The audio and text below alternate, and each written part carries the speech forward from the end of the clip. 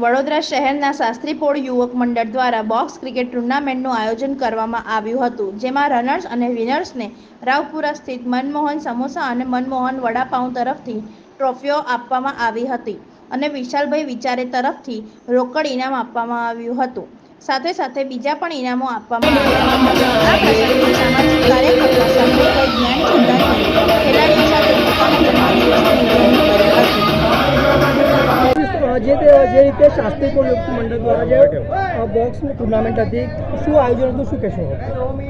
છેલ્લા કેટલાક વર્ષોથી અહીંયા શાસ્ત્રીપોળ યુવક મંડળ દ્વારા શાસ્ત્રીપોળ બોક્સ ક્રિકેટ ટુર્નામેન્ટનું આયોજન કરવામાં આવે છે અને આ આયોજન બહુ સુંદર નમૂને થાય છે અને 5 દિવસ આ મેચો ચાલે છે. 50થી વધારે ટીમો અહીંયા શાસ્ત્રીપોળ યુવક મંડળમાં જે બોક્સ ટુર્નામેન્ટ રાખી હતી એમાં ભાગ લીધો હતો અને આ બે ટીમો જે જીતી છે, રનર્સ અને વિનર્સ, અને એમાં બી બહુ ઉત્સાહ છે અને અમારે ગેરંટી છે કે આ નાના જે બાળકો જે આ બોક્સ ટુર્નામેન્ટનું આયોજન કરે છે એ બીજા વર્ષે આનાથી પણ સારી રીતે આયોજન કરશે.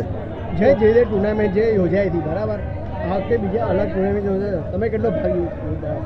અને અમારે શું છે, અહીંયા જે ટુર્નામેન્ટ છે આ જે યોજાઈ છે અને બીજે બી ક્યાંક ટુર્નામેન્ટો યોજાવે છે તો અમે ત્યાં બી અમે ધ્યાન આપીએ છીએ. કેમ કે આજના જે યંગ છોકરાઓ છે એ આગળ જઈને ઇન્ડિયાની ટીમમાં સામેલ થઈ શકે, એના હિસાબે અમે આ યંગ ઇન્ટરેસ્ટને અમે આગળ વધારવાની કોશિશ કરીએ છીએ.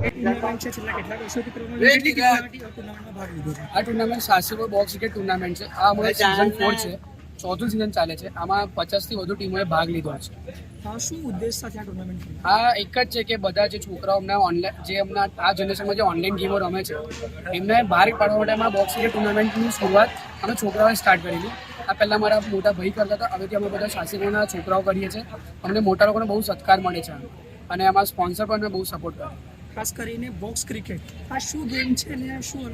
આ ગેમ પ્રોપર એક મહારાષ્ટ્રમાં જે અંડર આર્મની ટુર્નામેન્ટ છે, અમે એના હેતુથી આ ટુર્નામેન્ટ અહીંયા વડોદરામાં અમે ચાલુ કરી.